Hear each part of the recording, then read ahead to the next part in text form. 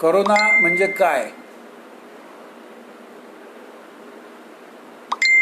हा इन्फेक्शनस आहे का नाही, असे अनेक प्रश्न बऱ्याच लोकांनी विचारले. म्हणून मी लाईव्ह आलेलो आहे. करोना हा कुठूनही बाहेरून आलेला व्हायरस नाही. मग करोना, नवीन करोना, कोविड-19 हे काय आहे हे नीट लक्षात घ्या. जेव्हा तुमच्या शरीरातल्या पेशींवर विविध प्रकारचे आघात होतात, मग ते विविध प्रकारच्या आघातामध्ये तुमच्या खाण्यापिण्याच्या सवयी,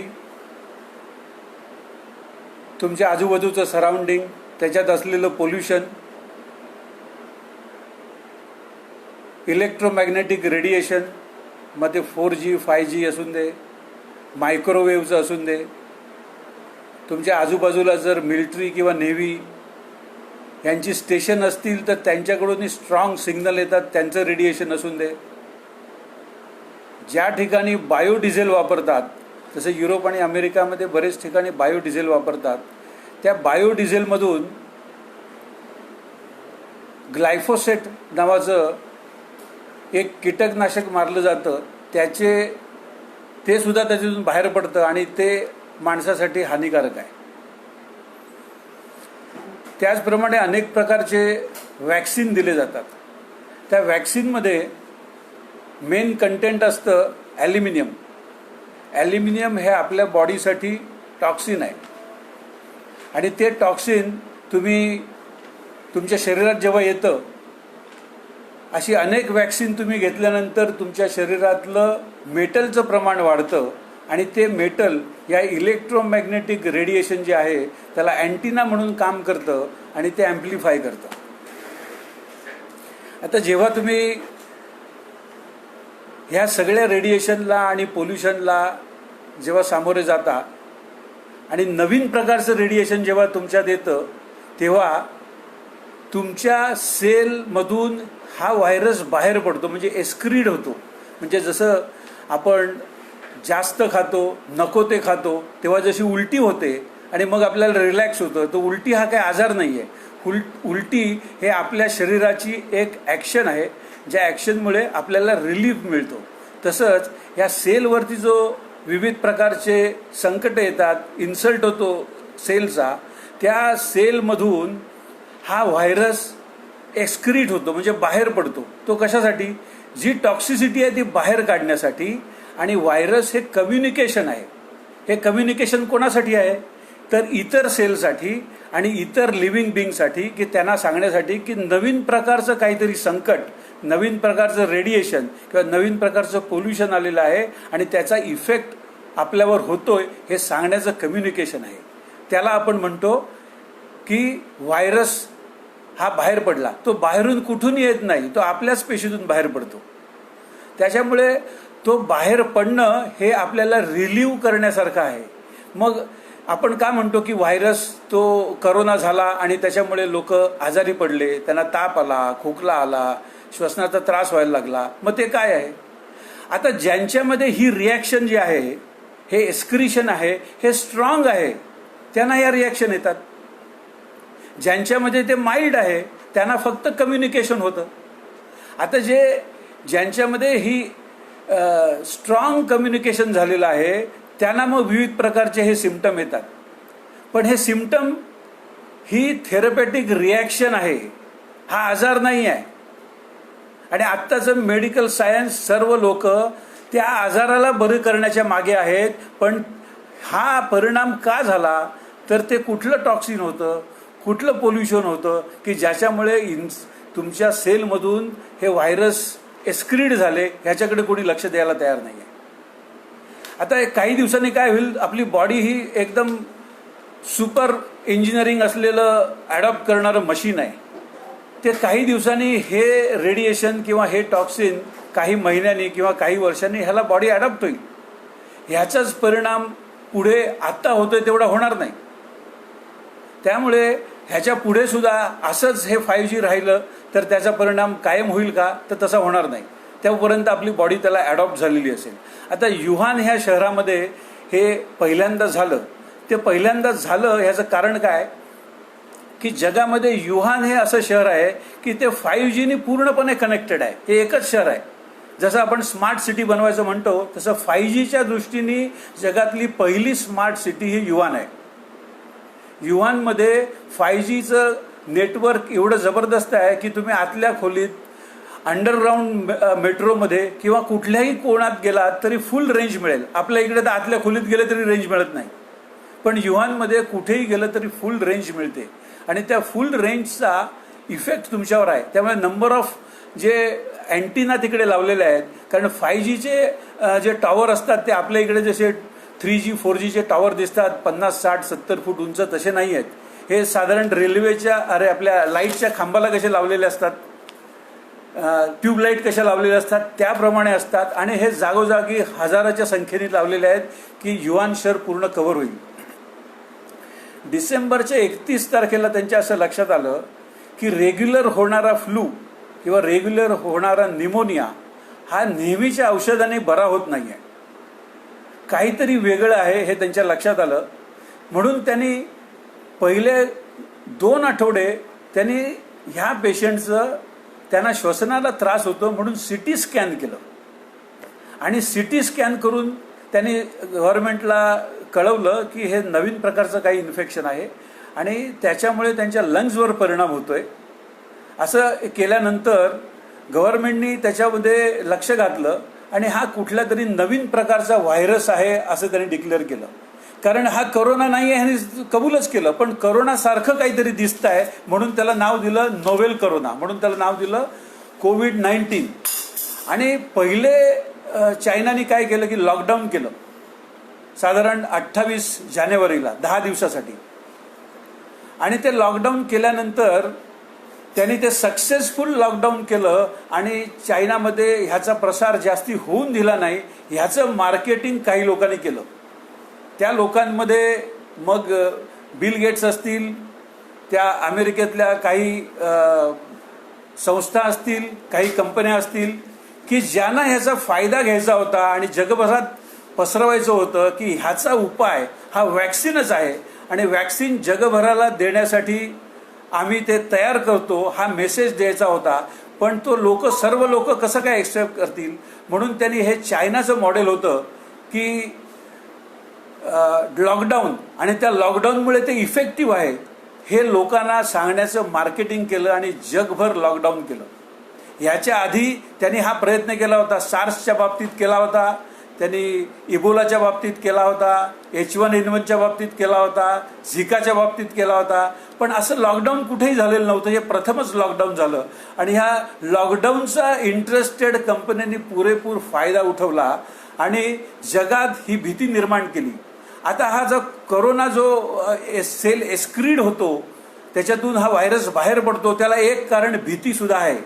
कारण हा जो काय आजार आहे फ्रॉम माइंड टू बॉडी असा आहे. त्यामुळे तिथे पहिले ट्रॉमा निर्माण होतो. तो ट्रॉमा तुमच्या ब्रेनच्या ज्या पार्टमध्ये हा ट्रॉमा होतो तो ज्या मेकॅनिझमला कनेक्टेड असतो त्या मेकॅनिझममध्ये त्या ऑर्गनमध्ये हा डिसीज होतो, हा ॲक्टिव्ह असतो. आणि जेव्हा तो हिलिंग मोडला जातो, जेव्हा रिकव्हरी मोडला जातो तेव्हा हे एस्क्रिशन होतं, तेव्हा हे आउटबर्स्ट होतं आणि तेव्हा आपल्याला समजतं की असं काहीतरी झालेलं आहे. म्हणजे तेव्हा आपण त्या सिम्पटमना क्युअर करायला जातो. सिम्पटमना क्युअर करून ज्याचे सिम्पटम स्ट्रॉंग आहेत त्यांना तुम्ही कंट्रोल करू शकाल. पण हे सिम्पटम तयार का झाले, ते सिम्पटम ह्यासाठी तयार झाले की कॉझेशन त्याचं वेगळं आहे, सिम्पटम हा इफेक्ट आहे. ते कॉझेशन काय आहे, सर्टन प्रकारचं नवीन रेडिएशन, नवीन पोल्युशन, नवीन भय, हे जर तुम्ही तिथून कमी केलं किंवा घालवलं तर हा प्रकार होणार नाही. आता जी टेस्ट करतोय ज्याला RT-PCR टेस्ट म्हणतात ती काय आहे, RC-PCR टेस्ट किंवा अँटीबॉडीज टेस्ट म्हणजे काय आहे, ह्याला सरोगेटिव्ह टेस्ट म्हणतात.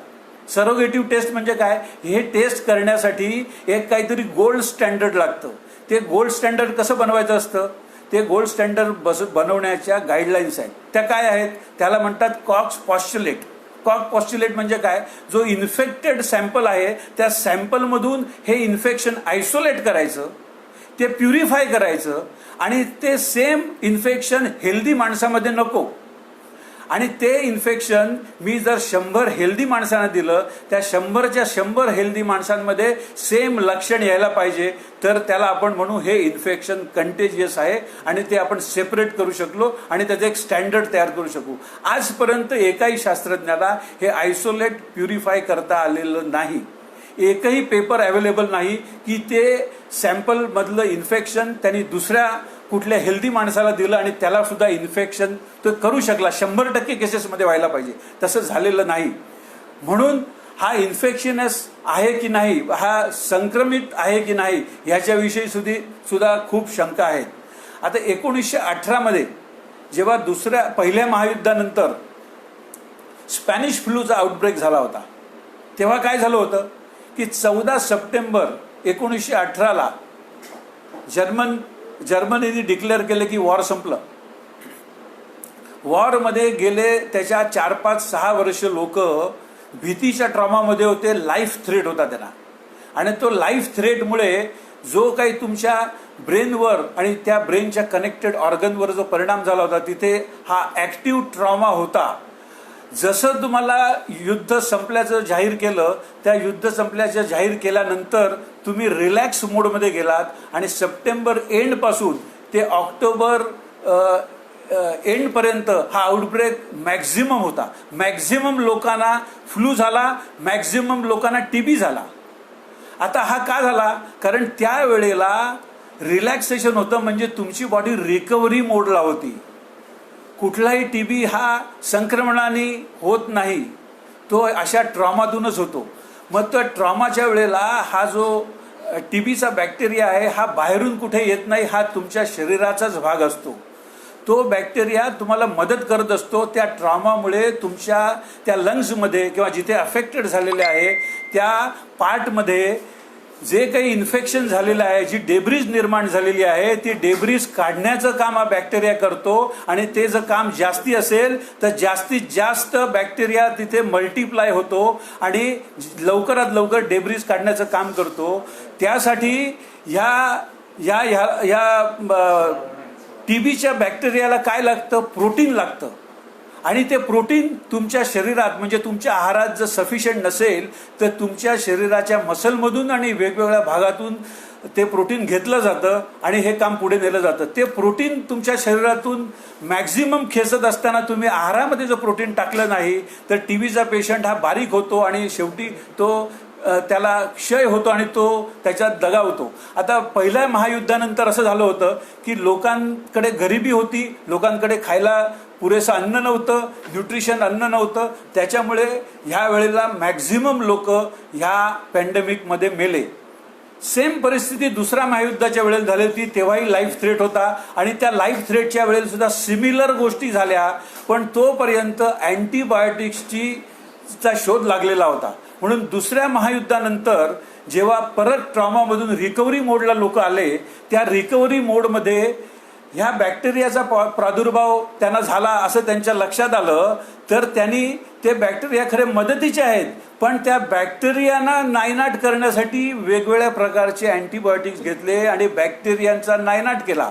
त्याच्यामुळे ते बॅक्टेरिया गेले, पण ते अर्धवट काम सोडून गेले. त्या पेशंट दगावले नाहीत, पण त्यांनी जी डेब्रीज काढून टाकायची होती, जी टॉक्सिसिटी काढून टाकायची होती, ते काम अर्धवट राहिलं आणि ती राहिलेली डेब्रीज तिथे एनकॅप्सुलेट करून तिथेच राहिली आणि काही वर्षांनी त्यातल्या अनेक जणांना लंग कॅन्सर झाला. म्हणजे काय झालं की तुम्हाला त्यावेळेला असं वाटलं की मी त्याच्यातून बाहेर पडलो, पण ते बाहेर पडणं हे तात्पुरतं होतं. पुढे अनेक लोकांना लंग कॅन्सर झाला आणि त्याच्यात लोक दगावले. तर कुठलेही बॅक्टेरिया किंवा व्हायरस जे आपल्या शरीराचा पहिल्यापासून भाग असतात ते आपल्याला कधीही अपाय करत नाहीत. ते आपले मित्र असतात, ते आपल्याला वेगवेगळ्या संकटामध्ये मदत करायला पुढे आलेले असतात. आता हे वेगवेगळे बॅक्टेरिया आणि व्हायरस आणि म्युकस हे आपल्याला कुठून मिळतं? इव्हन बॅक्टेरिया, हा टीबीचा बॅक्टेरिया जो आहे तो आपल्याला कुठून मिळतो? तर आईच्या दुधातून मिळतो. तो तेव्हा आलेला आहे. जर आपल्याला उपयोगाचा नसेल तर आईच्या दुधातून आपल्याला कशाला येईल? त्यामुळे हे जे आत्ता मॉडर्न मेडिसिन ज्याच्यावर आधारलेलं आहे, त्या लुईस पाश्चरच्या एका थेसिसवर आधारलेलं आहे की हे जे रोग आहेत हे इन्फेक्शनस आहेत, हे संसर्गजन्य आहेत आणि ह्याच्यावर आत्ता मॉडर्न मेडिसिन जे आधारित आहे, हे जेव्हा अनेक ह्याच्यात रिसर्च होतील आणि ते दाखवून देतील की हे जे व्हायरस आउटबर्स्ट किंवा बॅक्टेरियाचा आउटबर्स्ट हा मेजॉरिटी टाईम, सगळ्या वेळेला नाही पण मेजॉरिटी टाईम हा तुमच्या मदतीसाठी आहे, असे अनेक रिसर्च जेव्हा लोक करतील आणि ते सबमिट करतील, त्यावेळेला हा जो मॉडर्न मेडिसिन हे रॉंग फुटिंगवर उभे आहे, ते चुकीचं कसं आहे हे जास्तीत जास्त लोकांना समजेल आणि त्यापुढे अशा टॉक्सिनना, अशा इन्फेक्शनना ते त्याच्या आहारी जाणार नाहीत आणि हेल्दी डाएट घेतील, व्यायाम करतील. त्याच्यामुळे काय होईल, तुमची जेव्हा तुम्ही हिलिंग मोडला जाता त्या हिलिंग मोडमध्ये रिकव्हरी तुमची फास्ट होईल.